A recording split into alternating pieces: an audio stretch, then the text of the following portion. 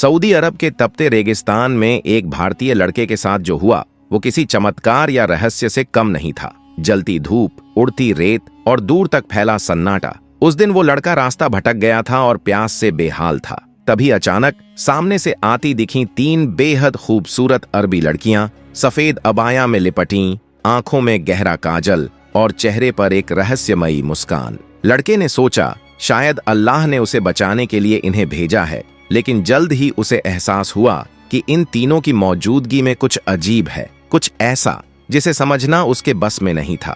वो लड़कियां उसे रेगिस्तान के अंदर गहराई तक ले गईं, जहां हवा तक ठहर गई थी। उनकी बातें, उनकी नजरों का जादू और उनका रहस्यमय बर्ताव, सब कुछ किसी अनजाने राज की ओर इशारा कर रहा था। आखिर वो कौन थीं? क्या वो फरिश्ते थीं जिनका जिक्र कुरान में आता है, या किसी पुराने गुनाह की रूहें जो अब भी भटक रही हैं? आखिर उस भारतीय लड़के के साथ वहां क्या हुआ, ये जानने के लिए वीडियो को अंत तक जरूर देखें, क्योंकि सऊदी अरब के इस रेगिस्तान में जो हुआ उसने हर सुनने वाले की रूह तक हिला दी। बिहार के एक छोटे से गांव में एक लड़का रहा करता था। उसका परिवार बेहद गरीब था। घर का खर्च चलाना दिन ब दिन मुश्किल होता जा रहा था। हालात इतने खराब थे कि उसे समझ नहीं आता था कि अब आगे क्या करे। एक दिन उसे खबर मिली कि एक एजेंट सऊदी अरब में काम दिलवाता है। वह सीधा उस एजेंट के पास गया और बोला, मुझे भी सऊदी अरब में नौकरी चाहिए। एजेंट ने बड़ी मीठी बातें की।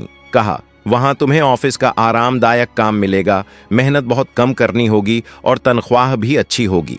ये सुनकर उस लड़के के दिल में नई उम्मीदें जाग उठीं।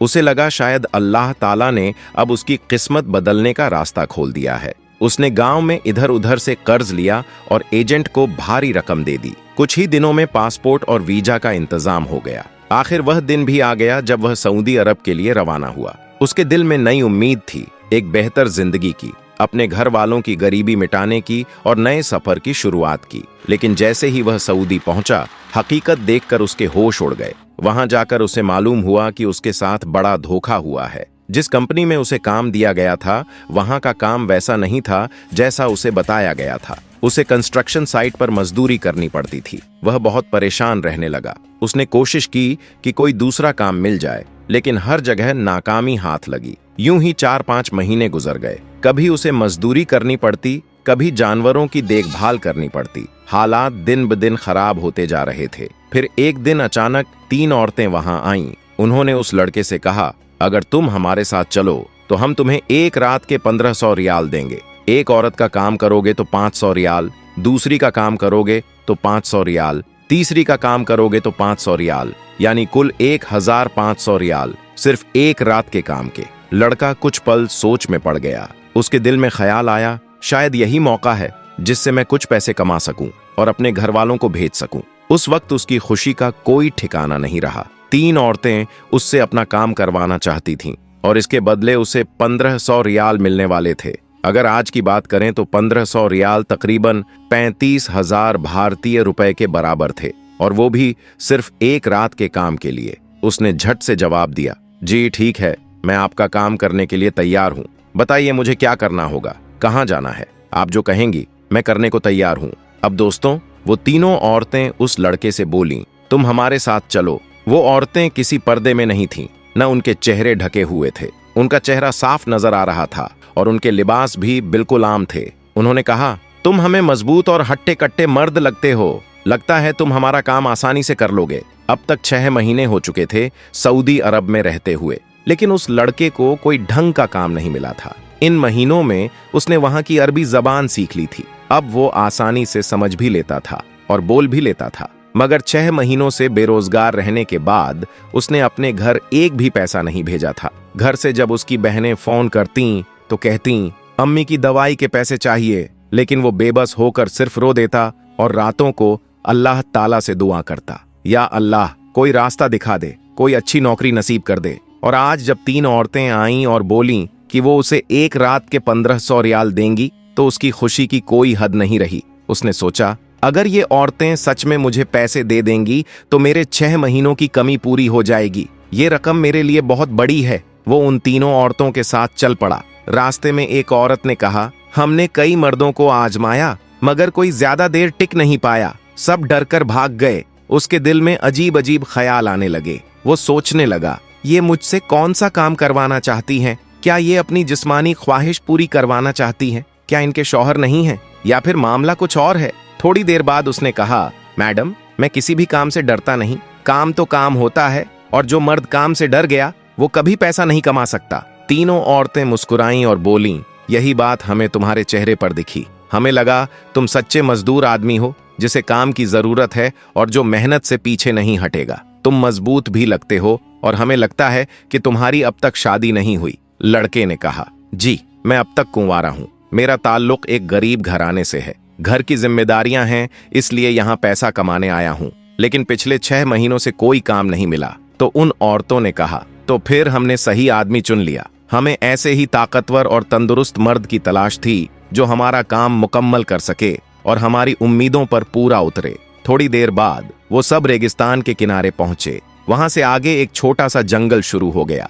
जैसे जैसे वो आगे बढ़े, उसे दूर एक घर दिखाई दिया। तब एक औरत ने कहा, अब हम अपने घर पहुंच गए हैं। यही वो जगह है जहां तुम्हें हमारा काम करना है। यहाँ आसपास कोई नहीं रहता, कोई देखने या रोकने वाला नहीं है। तुम बस पूरी रात दिल लगाकर काम करना, तुम्हें किसी तरह की परेशानी नहीं होगी। लड़का जब उस घर के दरवाजे पर पहुंचा और अंदर झांका तो उसका दिल दहल गया। वह नजारा देखकर हैरत में पड़ गया। घर बहुत ही आलीशान था। उसने अपनी पूरी जिंदगी में इतना खूबसूरत और बड़ा मकान कभी नहीं देखा था। सबसे अजीब बात यह थी कि वो घर घने जंगल के बीचों बीच बना हुआ था, जहां आसपास कोई इंसान दिखाई नहीं देता था। वो सोच में डूब गया, आखिर इन औरतों ने ये शानदार घर जंगल और पहाड़ों के बीच क्यों बनाया होगा? क्या ये कोई रहस्यमय जगह है? उसके जहन में सवाल पर सवाल उठ रहे थे और दिल में बेचैनी बढ़ती जा रही थी। थोड़ी देर बाद उन औरतों ने उसे अंदर ले जाकर एक सोफे पर बैठाया। उनमें से एक औरत ने उसे पानी का गिलास दिया। उसने पानी पिया तो औरत ने पूछा, तुमने कुछ खाया है? कहीं खाली पेट तो नहीं हो? लड़के ने हल्की मुस्कान के साथ कहा, नहीं मैडम, खाने की फिक्र कहाँ थी। अब तो मैं एक वक्त में 3 वक्त का खाना खा लेता हूँ। वो औरत उठी और झट से उसे खाना लाकर दिया। लड़के ने पेट भरकर खाना खाया और बोला, अब तो मेरे जिस्म में ताकत लौट आई है। मैं पूरी तरह तैयार हूँ। बताइए, अब मुझे क्या करना है? औरतों ने एक दूसरे को देखा और कहा, ठीक है, अब तैयार हो जाओ। जो काम बताना है वो हम अंदर जाकर बताएगी। चलो हमारे साथ। वो सब अंदर बढ़े तो सामने एक तहखाने का दरवाजा दिखाई दिया। जैसे ही उसकी नजर उस पर पड़ी, उसके बदन में सिहरन दौड़ गई। उसे अचानक लगा कि यहाँ कुछ गड़बड़ है। दिल की धड़कनें तेज हो गईं, लेकिन वह फिर भी उनके साथ नीचे चला गया। तहखाने के अंदर पहुंचकर जो मंजर उसने देखा, उससे उसकी रूह कांप उठी। वहां 3 खूबसूरत नौजवान लड़के बैठे थे। वो पल भर के लिए पीछे हट गया। उसकी आंखों में डर और दिमाग में सवाल भर गए। उसने कांपती आवाज में पूछा, ये कौन है? आप मुझे यहाँ क्यों लाईं? उनमें से एक औरत मुस्कुराई और बोली, यही वो हैं जिनके साथ तुम्हें काम करना है। वो सन्न रह गया। क्या? मैं इन लड़कों के साथ कोई काम नहीं कर सकता। उसकी आवाज कांप रही थी, चेहरे पर घबराहट साफ झलक रही थी। तभी दूसरी औरत ने दरवाजा बंद करते हुए कहा, हम तुम्हें यहाँ मौज मस्ती के लिए नहीं लाए हैं। तुम्हें वही करना होगा जो हम कह रही हैं। याद रखो, 1500 रियाल कोई छोटी रकम नहीं होती, और वो भी एक दिन की। अब उसके पास कोई और रास्ता नहीं था। मजबूरी में उसने वही करना शुरू किया जो उन औरतों ने कहा था। पर जैसे जैसे वक्त गुजरा, उसे महसूस होने लगा कि इस तहखाने के पीछे कोई ऐसा राज छिपा है जो उसकी समझ से परे है। जब उसने वहां के लड़कों के साथ काम करना शुरू किया तो धीरे धीरे वे तीनों उससे घुलने मिलने लगे। वक्त यूं ही बीतता गया, दिन, हफ्ते और फिर पूरा 1 महीना। उस दौरान वो रोज उनका काम करता और हर दिन उसे 1500 रियाल दिए जाते, जैसा वादा किया गया था। 1 महीने के भीतर उसके पास इतनी रकम जमा हो गई कि पहली बार उसने अपने घर पैसे भेजे। घर वालों की खुशी का ठिकाना नहीं रहा। अम्मी का इलाज शुरू हुआ, छोटा भाई मदरसे जाने लगा और बहनों के रिश्तों की बातें उठने लगीं। कभी कभी वो औरतें खुद उसे घर वालों से फोन पर बात भी करवाती थीं। जब वो अपनी अम्मी की आवाज सुनता तो उसकी आंखें नम हो जातीं और दिल से बस एक ही दुआ निकलती, या अल्लाह, तूने जो रास्ता दिखाया है अब उसमें खैर ही रखना। अब लड़का अक्सर खुद से कहता, जो कुछ भी मैं कर रहा हूँ ये सब तो अपने घर वालों के लिए ही कर रहा हूँ। लेकिन दिल के किसी कोने में उसका ज़मीर हर रात उसे झकझोरता रहता। उसके अंदर की रूह उसे सुकून नहीं लेने देती थी। वो काम जो वो कर रहा था, उसकी आत्मा उसे माफ नहीं कर पा रही थी। कई बार उसने ठान लिया कि अब सऊदी अरब छोड़कर भारत लौट जाना चाहिए, लेकिन वो औरतें उसे जाने नहीं देती थीं। वो कहती, अभी तुम्हारा काम खत्म नहीं हुआ है, तुम्हें हमारी मदद पूरी करनी होगी। अब वो दोनों तरफ से जकड़ चुका था, एक तरफ घर की जिम्मेदारियां और दूसरी तरफ वो रहस्यमयी औरतें जिनका राज अब उसके लिए या तो मौत था या रिहाई। धीरे धीरे उसने उन लड़कों के साथ अपना काम जारी रखा। शुरू में वो बच्चे उससे घबराते थे, पास नहीं आते थे, लेकिन वक्त बीतने के साथ वो उसके आदी हो गए। अब वो खुद उसके पास आने लगे, जैसे उन्हें उस पर भरोसा हो गया हो। दोस्तों, अब शायद आपके जहन में सवाल उठ रहा होगा, आखिर वो काम था क्या? क्या वो किसी गुनाह में लिप्त था? क्या वो हराम रास्ते पर चल पड़ा था? तो सुनिए, नहीं, आपका अंदाजा बिल्कुल गलत है। वो न तो कोई हराम काम कर रहा था और न ही किसी गुनाह में शामिल था। असल में जिन बच्चों की वह देखभाल कर रहा था वो एक बेहद खतरनाक बीमारी से पीड़ित थे, एक ऐसी छूत की बीमारी जिसके चलते उनके जिस्म पर डरावने घाव और फोड़े निकल आए थे। उन औरतों ने उसे इसलिए बुलाया था ताकि वो इन बच्चों की देखभाल करे, उनके जख्मों की सफाई करे, मरहम लगाए, पट्टियां बदले और उन्हें फिर से जिंदगी की राह पर ला सके। जिस लड़के को लगता था कि वो किसी गुनाह में फंस गया है, दरअसल वो एक नेकी का काम कर रहा था। बस उसे इसका एहसास थोड़ी देर से हुआ। उन बच्चों की हालत बहुत खराब थी। डॉक्टरों ने उनकी माओं को साफ कह दिया था कि यह बीमारी बहुत संक्रामक है, अगर उन्होंने अपने बच्चों को छू लिया तो वो खुद भी बीमार पड़ सकती हैं। इसलिए वे माएं अपने ही बच्चों से दूर रहीं, बस दूर से उन्हें देखतीं, रोतीं और बेबस होकर दुआ करतीं। उन्होंने पहले कई सऊदी मर्दों से मदद मांगी थी, मगर जब कोई भी उन बच्चों को देखता, उनके जिस्म पर पस, घाव और दर्द देखकर सब डर कर पीछे हट जाते। कोई भी उनकी मरहम पट्टी करने की हिम्मत नहीं जुटा पाया। आखिरकार उन औरतों ने ठान लिया कि उन्हें अब किसी ऐसे इंसान की जरूरत है जो मजबूर तो हो लेकिन दिल से नेक हो, जो पैसे के बदले में इंसानियत निभा सके। और तब उनकी मुलाकात हुई उस भारतीय लड़के से। वो हर दिन पूरा जिस्म कवर सूट, ग्लव्स और मास्क पहनकर उन बच्चों के पास जाता। बड़े प्यार और सब्र से वो उनके घावों को साफ करता, मरहम लगाता, पट्टियां बदलता और उनसे नरमी से बात करता। पहले जो बच्चे उससे डरते थे अब उसी का इंतजार करते। वो उन्हें हंसाने की कोशिश करता, कहानियां सुनाता और उनकी आंखों में फिर से उम्मीद की चमक लौटा देता। 3 महीनों तक उसने ये काम पूरे इखलास और लगन से किया और अल्लाह ताला ने उसकी मेहनत का फल दिया। अब वो बच्चे 90% तक ठीक हो चुके थे। उन खवातीन की आंखों से हर रोज अश्क बहते थे, कभी राहत के, कभी शुक्रिया अदा करने के लिए अल्लाह की तरफ। वो हिंदुस्तानी लड़का जो कभी मजबूरी में इस काम में आया था, अब इंसानियत की मिसाल बन चुका था। एक दिन उसने हिम्मत जुटाई और उन तीनों खवातीन से पूछा, आप लोग कौन हैं और कैसे इस हालात तक पहुंची?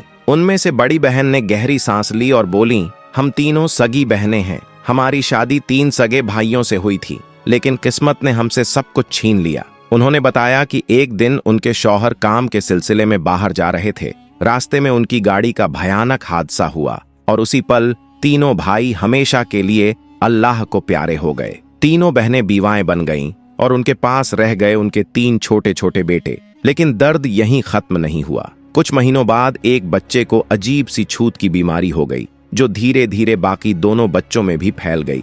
डॉक्टरों ने हार मान ली, बोले इन्हें घर ले जाइए, अब तिब्बी तौर पर हम कुछ नहीं कर सकते। लेकिन उन खवातीन ने हार नहीं मानी। उन्होंने हर दरवाजा खटखटाया, हर आदमी से मदद मांगी, मगर कोई भी उन बच्चों की हालत देखकर उनके करीब आने की हिम्मत नहीं जुटा पाया। तब अल्लाह ने उन्हें उस हिंदुस्तानी लड़के से मिलवाया जिसने मजबूरी में यह काम शुरू किया, लेकिन बाद में वही उन बच्चों के लिए फरिश्ता बन गया। उसने तीनों बच्चों को जिंदगी की नई उम्मीद दी। अब वे बच्चे पूरी तरह से ठीक थे, उनके चेहरे पर मुस्कान लौट आई थी। वे खेलते, हंसते और जब भी उसे देखते प्यार से अब्बा कहकर बुलाते। उन खवातीन के लिए अब वो कोई मजदूर नहीं रहा, बल्कि उनके बच्चों का पिता जैसा साया बन चुका था। जब उस लड़के ने कहा, अब मेरा काम पूरा हो गया है, मैं अपने वतन हिंदुस्तान लौटना चाहता हूँ, तो तीनों औरतें फूट फूट कर रो पड़ीं। उन्होंने कहा, कृपया हमें मत छोड़ो, हमारे बच्चों ने तुम में अपने अब्बा को पाया है और हमने तुम में अपना सहारा। उन्होंने आगे कहा,